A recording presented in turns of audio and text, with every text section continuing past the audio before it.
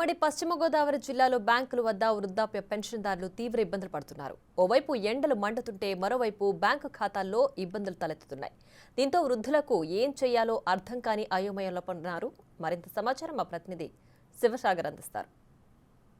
ఉమ్మడి పశ్చిమ గోదావరి జిల్లా వ్యాప్తంగా పెన్షన్ల కోసం బ్యాంకుల వద్ద సీనియర్ సిటిజన్లు వృద్ధాప్య పెన్షన్దారులు పడిగాపులు కాస్తున్నారు. మనం చూస్తున్నాం. పెన్షన్ కోసం వీరు ఎంతో దూరం నుండి కష్టపడి వచ్చారు. కనీసం నడవలేని స్థితిలో ఉన్నారు. ఈ కర్మ ఏంటి, అసలు ఈ ఇబ్బందులు ఏంటని కూడా ఉన్నారు. కనీసం ఏమ్మా ఏంటి, ఇంటికి వచ్చేది బాగుందా, ఇక్కడ ఇలా రావటం బాగుందా? ఇంటికి వచ్చేవాళ్ళు బాబు, మాకు రాలేం బాబు ఇక్కడికి. అది బాబు ఆయన కళ్ళు కనబడు ఇంటికి వచ్చే ఇవ్వాలి బాబా. అన్నీ ఉన్నా ఇవ్వలేదు సార్. ఏమైంది? ఇప్పుడు అన్నీ ఉన్నా ఆధారం అన్ని లింక్ ఉన్నా ఫోటో ఉన్నా డబ్బులు మళ్ళీ పెద్దసారిగా చూడాలంటున్నారండి. డబ్బులు పడినాయంటే కానీ ఇవ్వమంటే ఇవ్వలేదు సార్. మళ్ళీ రేపు రమ్మంటున్నారండి. ముసలి వాళ్ళిద్దరికి తీసుకొచ్చారండి, తీసి చూపిస్తాయి. ఇందులో డబ్బులలో ఏమలేదు సార్. అంటే అకౌంట్లో పడిపోయిన డబ్బులు కానీ ఇవ్వలేదు సార్. పెద్దసారి గారు రావాలంటారండి రేపు. పెద్దసారి చూడాలి, పుస్తకం రన్నింగ్ అవ్వట్లేదు. మళ్ళీ రేపు రమ్మన్నారు. నేను కూలి పని చేసుకుంటా సార్. మాది వచ్చి నాది బేవండోలు సార్, ఇక్కడ కాదు నాది. అమ్మ నాన్న బేవండి ఏళ్ళు ఉంటారండి. వీళ్ళకి ఇవ్వకపోతే నేను వీళ్ళు చేస్తున్నారు సార్. ఇవ్వకుండా ఇప్పుడు వచ్చినా అకౌంట్ డబ్బులు పడినా రేపు రమ్మని ఎండ అయిపోయింది సార్. పొద్దున వచ్చాను సార్, ఇప్పటికి ఇవ్వలేదు సార్. పింఛను ముసలి అనాథం ఉన్నారు, అలా చేస్తున్నారు సార్. ఇదిగోండి సార్, నంబర్లు కూడా ఇవ్వండి సార్. ఇదిగో సార్, నంబర్లు కూడా తీసుకోండి సార్. అన్నీ ఉన్నాయి, బాగానే ఉన్నాయి. ఏంటి ఇబ్బంది ఏమంటారు?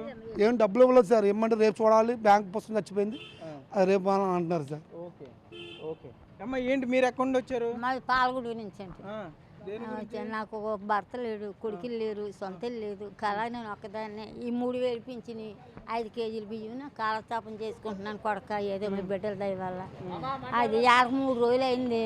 ఆ ఊళ్ళో తెచ్చి ఎక్కడంగిలికి ఇచ్చేసారు. మా అలాంటి ముసలికి ఇవ్వలేదు. ఏమో మరి వాళ్ళకేమి దాసమో మరి మనకు తెలియదు కదా. ఇవ్వలేదని వచ్చాను కొడక.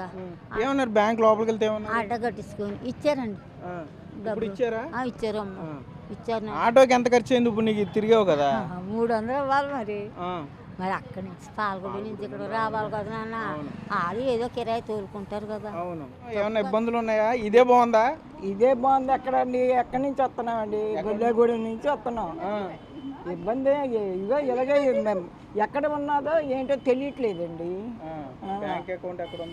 తెలియలేదు. అందుకనే వచ్చామండి.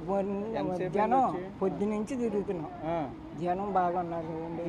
ఇవి ఎందులో పడ్డదో తెలియలేదండి. ఇదో చూసుకొని ఇక్కడికి వచ్చామండి. మాకు ఈ అకౌంట్ ఇక్కడే ఉంది ఇంకంతే.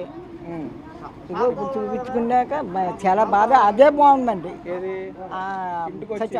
ఇంటికి వచ్చి బాగుంది. అక్కడ కూడా మా ఇంటి దగ్గర బాగానే బాగుంది. బాగా ఇచ్చారు. ఏం తిరుగుతామండి ఎండలోను ముసలిలో. ఇక అంకులకేమో ఇంటికి సోమవారం ఇచ్చారండి. మాకు ఎలాగిచ్చారండి? అసలు రాలేదు. వస్తారుగా ఓట్లకి. ఎంత వయసు ఎంత మీది? 70 ఉంటుంది. ఎంత 3000 ఇచ్చారా? ఎంతసేపు అయింది వచ్చి? ఎప్పుడో వచ్చానండి. పొద్దున్న ఎప్పుడో వచ్చారా? లైన్లో నుంచి ఇప్పుడు అయిందని పని. ఎక్కువ లైన్ ఉందా? నిన్న వచ్చి పడిపోయాయి ఇక్కడ. పడిపోతే వాళ్ళు ఎవరు ఆటోలో తీసుకెళ్ళారు. పడిపోయింది. ఎన్ని రోజుల నుండి తిరుగుతున్నావు? నిన్న ఇవ్వాలి. నిన్న ఇక్కడ పడిపోయాను. పడిపోతే మన వాళ్ళు ఆటోలో వేస్తే ఇంటికి తీసుకెళ్ళి వెళ్ళిపోయింది. మరి ఎవరు నీకు తోడుగా ఎవరు రాలేదా? లేదండి. ఎవరు ఆడపిల్లలు మగ పిల్లలు పింఛని మీద అలా బతుకుతున్నాం. ఇంటికి వచ్చే బాగుందా, ఇలా బాగుందా? అండి, ఇంటికి వచ్చి ఇస్తే బాగుందా, బ్యాంక్ వస్తే బాగుందా? బ్యాంక్కి వెళ్ళాలి, మరి ఇంటికి రావట్లేదు కదండి. తిరగలా చేస్తున్నాగా. అదే ఇంటికి ఎవడో తెచ్చిస్తలేదు. ఓకే.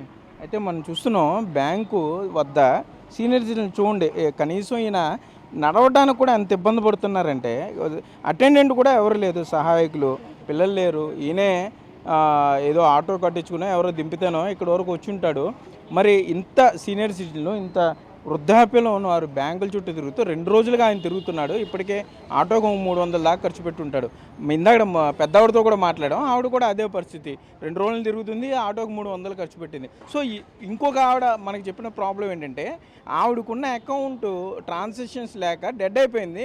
మరలా దాన్ని రీయాక్టివేట్ చేయాలి, మరలా దానికి బ్యాంక్ వాళ్ళు కొంత అమౌంట్ తీసుకుంటారు, మరలా దానికి 2-3 రోజుల ప్రాసెస్. అంటే సో వీటన్నిటి వల్ల కూడా ఈ టెక్నికల్ ప్రాబ్లమ్స్ వల్ల వృద్ధాప్య పెన్షన్ తీసుకునే వాళ్ళు తీవ్ర ఇబ్బందులు ఎదుర్కొంటున్నారు. ప్రభుత్వం వీటన్నిటిని గుర్తించి సరళతరం చేయాలి, లేదా దీనికి ఏదైనా ఆల్టర్నేట్ చూడాలి తప్ప ఇంత ఎండాకాలం ఇంత ఎండలో వడగాలిలో వృద్ధాప్య పెన్షన్ కోసం సీనియర్ జిల్లాలో రావటం నిజంగా చాలా మనం చూసేటప్పుడు కూడా చాలా దయనీయంగా ఉందనే చెప్పుకోవచ్చు పరిస్థితి.